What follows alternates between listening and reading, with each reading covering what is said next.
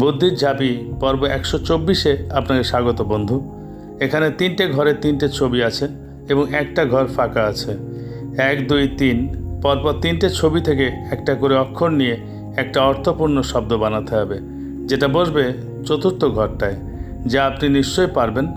আপনি ভাবার জন্যে 20 সেকেন্ড সময় পাবেন। তারপর আপনি আপনার উত্তর কমেন্ট বক্সে লিখে দিন।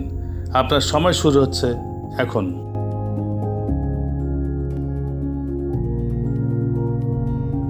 এইরকম আরও ধাঁধা পেতে আমার ফেসবুক পেজটা ফলো দিয়ে রাখুন এবং আইবি ক্রিয়েশনস ইউটিউব চ্যানেলটা সাবস্ক্রাইব করে রাখুন। এই পর্বের সঠিক উত্তর আগামী পর্বে জানিয়ে দেওয়া হবে।